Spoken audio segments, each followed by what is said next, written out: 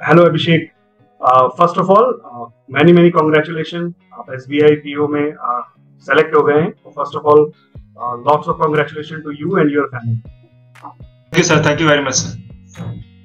तो अभिषेक, हम आगे बढ़ने से पहले आप मुझे कुछ अपने बैकग्राउंड के बारे में बताइए कि आपने क्या स्टडी की है और क्या आपके बारे में कुछ जो भी आपको बताना हो शेयर कर सकते हैं। First of all good evening sir. मेरा नाम अभिषेक तिवारी है। मैं लखनऊ का रहने वाला हूँ।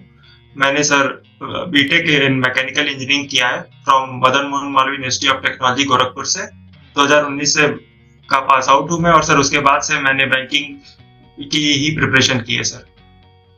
बहुत बढ़िया, बहुत बढ़िया। अच्छा, जब आपका ये रिजल्ट आया तो क्या आपकी फीलिंग रही, क्या आपके फैमिली मेंबर्स का रिएक्शन था, उसके बारे में अगर कुछ डिस्कस करना चाहें तो।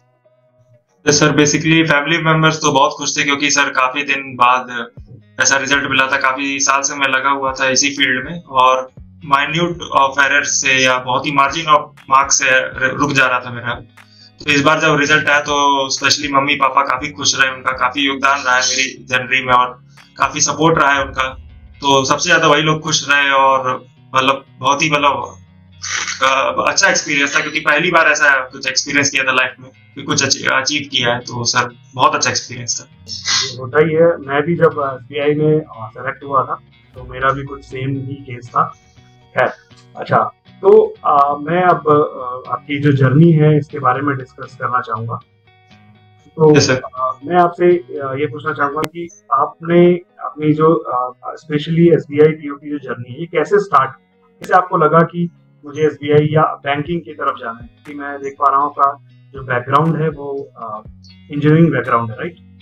Yes sir. मैंने जब थर्ड ईयर फाइनल ईयर में मैं पहुंचा था, तो मेरी जो सिस्टर है वो ऑलरेडी एसबीआई में as a deputy manager work कर रही हैं, और उनका करियर का मैंने देखा, उनका प्रोस्पेक्ट्स और लाइफस्टाइल और जो भी उनका प्रोग्रेस हो रहा था वो देखा मैंने। तो उससे मुझे लगा कि ये काफी सही ऑप्शन हो सकता है, और जो भी बैंकिंग ऑप्शंस रहते हैं उसमें जो भी प्रोसीजर रहता है एग्जाम का, वो भी काफी सही रहता है, फेयर रहता है, और काफी जल्दी उसमें चांसेस होते हैं सिलेक्शन होने के। तो मुझे लगा कि सर यही करियर मुझे चूज करना चाहिए, और सर इसलिए मैंने इस करियर की तरफ अपना कदम बढ़ाया था सर। अच्छा, मैं ये भी आपसे पूछना चाहूंगा कि आई एग्जाम भी की फैकल्टी टीम ने या आई एग्जाम भी की पूरी टीम ने किस तरीके से आपकी हेल्प की इस जर्नी में? सर बेसिकली सर, जब मुझे पता चला कि मेरा मेंस क्वालिफाई हुआ है, उसके बाद मैंने आई एग्जाम बी को कांटेक्ट किया और उनके लेक्चर्स, वीडियो लेक्चर्स देखे जो कि इंटरव्यू गाइडेंस प्रोग्राम में थे, और उससे काफी फायदा हुआ सर। उससे बेसिक लर्निंग पता चली, बैंकिंग अवेयरनेस के बारे में, और बजट और इकोनॉमिक सर्वे के बारे में भी उसमें था। उसके बाद सर मॉक जीडी और ग्रुप एक्सरसाइज हुई थी, जो कि काफी जरूरी थी, क्योंकि एसबीआई काफी साल बाद इसको रीइंट्रोड्यूस कर रहा था। बीच में पैंडेमिक आ गया था तो सिर्फ इंटरव्यू होते थे, तो इस बार उन्होंने फिर से रीइंट्रोड्यूस किया था। तो बच्चों के लिए काफी नई चीज थी, क्योंकि किसी को आइडिया नहीं था पिछले 2-3 साल से। तो इस बार वो नया एक्सपीरियंस था, और उसमें काफी हेल्प मिली सर एग्जाम भी के फैकल्टी द्वारा, क्योंकि टॉपिक्स जो थे वो काफी मतलब सही टॉपिक्स उन्होंने चूज किए थे। जैसे कि मेरा जो टॉपिक मुझे याद है फाइनेंशियल इंक्लूजन था, ग्रुप डिस्कशन का, और उसमें काफी अच्छा डिस्कशन हुआ था लोगों के साथ भी, और जो भी हमारे पैनल मेंबर्स थे उन्होंने फीडबैक बहुत अच्छा दिया था। काफी अच्छे पॉइंट्स उठाए थे कि कैसे आप हेल्दी डिस्कशन कर सकते हैं, कैसे आप सबको बोलने का मौका दें, किसी को डोमिनेट ना करें, मतलब एक हेल्दी डिस्कशन हो जैसे कि सबके पॉइंट्स निकल के आए और कुल मिला के ग्रुप का कंसेंसस बन पाए। इस बात पे भी उन्होंने जोर दिया था। ऐसे ही सर ग्रुप एक्सरसाइज का भी टॉपिक काफी अच्छा चूज किया गया था। उसके लिए था कि एक ब्लॉक डेवलपमेंट ऑफिसर के तौर पे आप अपने जो भी विलेज या टाउन में है उसमें क्या क्या चीजों को प्रायोरिटी देंगे, और प्रायोरिटी वाला ही इस बार भी एसबीआई ने उसी को एज ए टारगेट किया था। प्रायोरिटी वाला ही ग्रुप एक्सरसाइज हुई थी, तो उससे काफी आइडिया लग गया था सर पहले से ही कि क्या होने वाला है आगे। तो मतलब बेटर प्रिपरेशन हो गई थी सर इससे, और काफी गाइडेंस अच्छा मिल गया था, तो कॉन्फिडेंस बढ़ जाता है सर इससे। तो जो रियल में हुआ था तो दिक्कत नहीं हुई सर। बिल्कुल बिल्कुल, एक्चुअली में ये बेनिफिट होता है कि हमारी जो टीम है वो मेनली जितने भी टीम मेंबर हैं वो सब या तो कोई आरबीआई के एक्स मैनेजर्स हैं, एसबीआई के मैनेजर, मैं खुद एसबीआई का मैनेजर हूँ। इवन कई ऐसे हैं जो कई अलग अलग बैंक के आईबीपीएस क्रैक किए हुए मैनेजर्स हैं। तो ये बेनिफिट तो और ये एक्सपीरियंस जो है उनके पास वो तो हेल्प आपकी करेगा। इसके अलावा भी मैं आपसे एक चीज और डिस्कस करना चाहूंगा, जैसे स्टूडेंट्स की काफी क्वेरीज होती हैं कि सर कैसे करें, तो मैं उनकी कुछ जो जनरल क्वेरीज हैं वो भी आपके साथ डिस्कस करना चाहूंगा। जैसे स्टूडेंट की जो मेन क्वेरी होती है कि हम क्या टाइम टेबल फॉलो करें। जी सर, मेरा तो सर जर्नी काफी लंबा रहा है, तो मैं अपनी गलतियों से काफी सीखता रहा हूँ स्टेप बाय स्टेप। तो बेसिकली टाइम टेबल के तौर पे हमें ये देखना चाहिए कि आप सिर्फ प्री को कभी टारगेट वर्क करके नहीं चल सकते, आपको मेंस को भी साथ साथ देखना पड़ता है कि क्योंकि जब मेंस आपका आने वाला होता है तो बहुत ज्यादा टाइम बचता नहीं है प्री और मेंस के बीच में। तो मेंस को भी आपको थोड़ा थोड़ा करके देखना है। और स्पेशली मैं पॉइंट आउट करना चाहूंगा कि जो भी आपका करंट अफेयर्स है वो आपको डेली आपको देखना चाहिए। वो आखिरी में इतना ज्यादा बर्डन हो जाता है कि बच्चों को बहुत घबराहट होती है उससे। अगर आप स्टार्टिंग से थोड़ा थोड़ा करके देखते रहेंगे या डेली देखते रहेंगे तो आपको लास्ट में काफी आराम रहेगा उससे, और इससे आपकी प्रिपरेशन भी अच्छी रहेगी और स्पेशली आपका कॉन्फिडेंस जो रहेगा वो काफी अच्छा रहेगा कि आप एग्जाम में अच्छा कर पाएंगे। क्योंकि जो करंट अफेयर्स रहता है लास्ट में बहुत बड़ा बर्डन बन जाता है लोगों के लिए।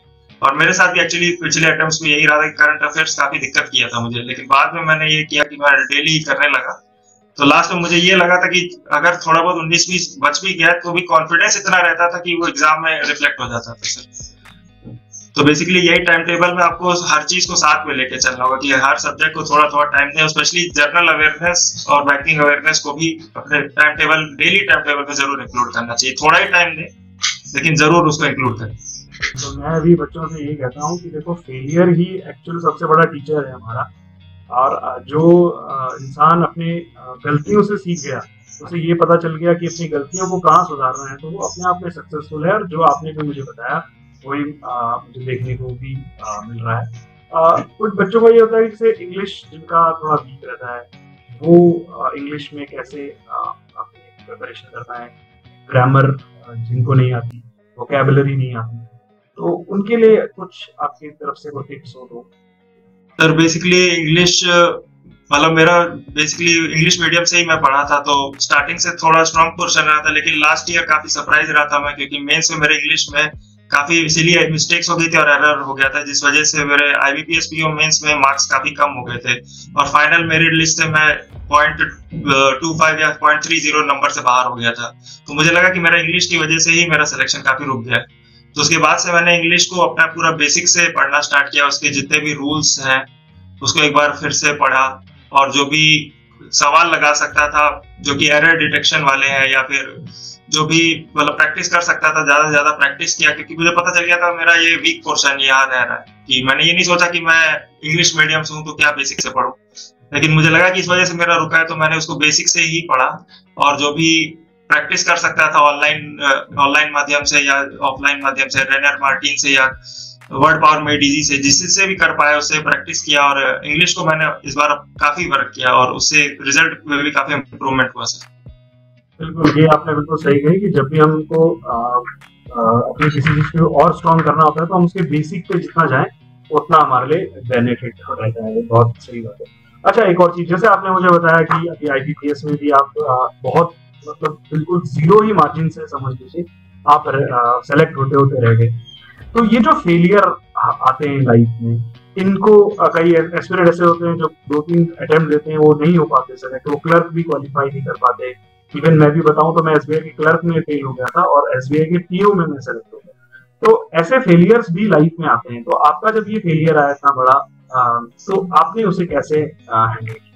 बेसिकली इसमें फ्रेंड्स एंड फैमिली का बहुत हाई रोल रहता है, क्योंकि वो आपसे ज्यादा एक्सपीरियंस रहते हैं तो वो आपको अच्छा गाइड कर सकते हैं। क्योंकि इस समय जो भी आदमी रहता है वो ये देख नहीं पाता है कि उसने क्या मिस्टेक्स की, उसको लगता है कि शायद ये मेरे बस का ही नहीं है या मेरे लिए बना ही नहीं है या किस्मत ही साथ नहीं दे रही। ज्यादातर लोग ऐसी बातें करते हैं, क्योंकि मैं खुद ऐसी बातें करता था पहले सर। लेकिन जो फैमिली रहती है, फ्रेंड्स रहते हैं, वो आपको बताते हैं कि आपने कहाँ मिस्टेक्स की हैं। अगर आप इस लेवल तक पहुंचे हैं तो मतलब आपने मेहनत की है, बस थोड़ी सी कमी रह गई है, उसमें आप वर्क करिए। जहां जहां मिस्टेक्स की उसको देखिए। इंट्रोस्पेक्शन आई थिंक सर बहुत इंपॉर्टेंट है इन सब एग्जामों में। तो आप अगर उन गलतियों पे वर्क करेंगे तो आपका रिजल्ट धीरे धीरे बेहतर होगा और जो भी आपके परिणाम है आप उस तरफ आएंगे। लेकिन स्टार्टिंग में लोग नहीं समझ पाते, तो मुझे लगता है जैसे मेरे मम्मी पापा है और मेरे ब्रदर है, सिस्टर है, उन्होंने काफी गाइड किया था मुझे इसके लिए कि ये फेलियर्स आते हैं लेकिन आप लगे रहिए, क्योंकि आपका मेंस एक बार निकला ही है तो इसका मतलब है कि आप में कुछ तो है कि आप मेंस निकाल रहे हैं। तो आप इंटरव्यू में रह जा रहे हैं, यानी मेंस में या तो कम नंबर है या तो इंटरव्यू को और सुधारना है। तो जहां सुधार है उसके प्रति आप लगिए और जो भी आप वर्क कर सकते हैं करिए। तो धीरे धीरे ही सर समझ में आता है सबको, तुरंत तो मतलब थोड़ा टाइम लगता ही है एक फेलियर के बाद सबसे अपने आप को दोबारा उठाने में, लेकिन सर ऑप्शन ही कुछ और नहीं रहता है, तो ये तो करना ही पड़ता है सर। लेकिन अगर आप फ्रेंड्स और फैमिली और एक पॉजिटिव सर्किल के साथ रहते हैं तो इससे आप जल्दी ओवरकम कर सकते हैं। बिल्कुल आपने सही कहा कि फेलियर को कम करने के लिए हमें अपने फ्रेंड्स फैमिली उनका तो सपोर्ट बहुत ज्यादा जरूरी होता है, और क्योंकि जो बड़े होते हैं काफी एक्सपीरियंस होते हैं तो वो हमें एक सही डायरेक्शन भी दे सकते हैं। बिल्कुल सही बात कही आपने। अच्छा, अभी आप जैसे आपकी ज्वाइनिंग होगी, जो भी आपको सर्कल मिलेगा कि आगे की जर्नी आपकी काफी अच्छी रहेगी। देखो एसबीआई में मैं आपको एक बता दूं कि एसबीआई में जो आपको ट्रेनिंग मिलती है वो ऐसे मिलती है कि दे बिलीव कि जो हमारा पीओ बन के आ रहा है कि इज केपेबल इनफ, इतना उसको ट्रेनिंग कि वो कल की डेट में इवन एसबीआई को भी अगर उसे लीड करना पड़े तो वो उसमें कोई कमी ना रहे। तो इस तरीके से वो आपको ट्रेन करते हैं। तो आपकी ट्रेनिंग काफी अच्छी, मतलब 21 डेज की होती थी पहले, अभी एग्जैक्टली शायद 30 डेज की होगी। तो वो काफी उस ट्रेनिंग में काफी इंजॉय करना। और मैं ये कहूंगा कि जब आपकी रूरल ट्रेनिंग होगी उसको बिल्कुल बहुत पॉजिटिव अप्रोच से उस ट्रेनिंग को लेना, क्योंकि वो जो ट्रेनिंग होगी रूरल वाली जो ट्रेनिंग होगी और एसएमई की जो ट्रेनिंग होगी, रूरल ब्रांच में जो आपकी ट्रेनिंग होगी और एसएमई ब्रांच, एक एसएमई ब्रांच भी होगी उसमें भी आपकी ट्रेनिंग होगी, उनको आप बहुत एक पॉजिटिव मतलब लर्निंग अप्रोच से जाना। कई बार क्या होता है कि जो नए नए बच्चे होते हैं वो सोचते हैं कि यार इतना लंबा टाइम काम करना पड़ रहा है, 6, 7, 8 बज गए ऑफिस में बैठे हुए, लेकिन वो आपका लर्निंग प्रोसेस है। तो वो जो 2 साल हैं आपके, उनको आप काफी इंजॉय करना। कई बच्चे, कई देखे मैंने, वो जल्दी से फेडअप हो जाते हैं और बहुत सिली डिसीजन ले लेते हैं, राइट। बहुत जल्दी क्विट कर देता है वो, कोई किसी और डिपार्टमेंट में चला जाता है, रेलवे में चला जाता है, इवन कम सैलरी पे भी चला जाता है। तो ये करना कि आगे ऊपर बढ़ना है। तो अभी जैसे मुझे ये भी पता है कि अभी हमने आपका इंटरव्यू लिया था सिडबी का, सिडबी की प्रिपरेशन आप कर रहे थे, हमने मॉक इंटरव्यू लिया था। तो मुझे तो खैर उसमें भी आपके लिए बहुत अच्छी एक्सपेक्टेशन है।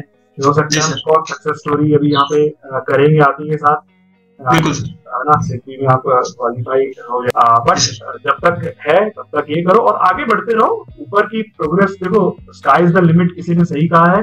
प्लस हमें अपनी लिमिटेशन भी पता होनी चाहिए। कई एस्पिरेंट्स ऐसे होते हैं देखो, जो क्या करते हैं, जैसे उनसे कोई एग्जाम निकलता है उसके बाद वो बहुत ज्यादा ओवर कॉन्फिडेंस में भी आ जाते हैं कि अरे मैं अब यूपीएससी में जाऊंगा, मैं ये करूंगा, तो वो बहुत सिली डिसीजन भी ले लेते हैं क्योंकि ह्यूमन नेचर है।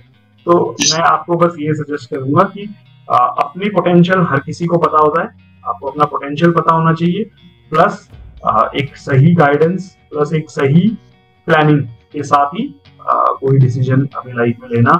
और इस जर्नी को, जो भी आपकी जर्नी है, नई जर्नी एक तरीके से, अब आपको काफी रिस्पॉन्सिबिलिटीज मिलेंगी, काफी टाइप के लोगों से आपका मिलना जुलना होगा, तो एक नया एनवायरनमेंट आएगा और उसको बहुत पॉजिटिव अप्रोच के साथ लेना, और आपको लाइफ में बहुत सक्सेस मिलेगी। ये आपसे बात करके ही पता चलता है। तो thank you very much and all the very best for your future. Thank you very much sir, thank you.